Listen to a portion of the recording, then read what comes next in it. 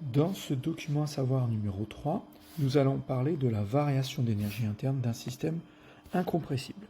Incompressible, ça veut dire qu'on va prendre en considération les solides et les liquides. Alors les liquides peuvent être très légèrement compressibles, mais justement, on va faire l'approximation de dire qu'ils sont incompressibles. Donc la variation de température, si on fait varier une température d'un système incompressible, c'est-à-dire un solide ou un liquide, elle est directement liée à la variation d'énergie interne, delta U. Donc je vous rappelle que l'énergie interne, c'est la somme des énergies cinétiques et énergies potentielles d'interaction entre les molécules, les atomes ou les ions constituant le système que l'on étudie. Et bien, cette variation d'énergie interne va être égale à la masse de mon système fois la capacité thermique massique fois la variation de température.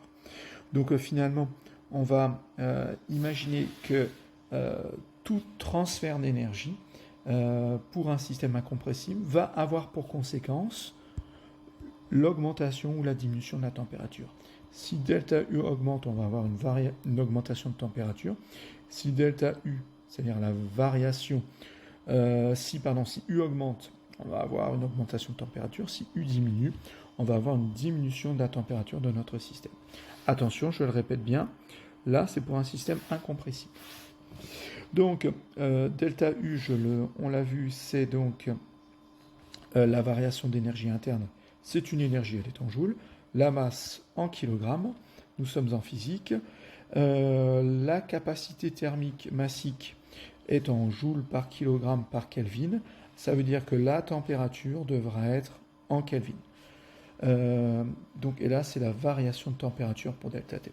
Je vous rappelle que pour avoir la température en Kelvin, vous prenez la température en degrés Celsius et vous ajoutez 273,15.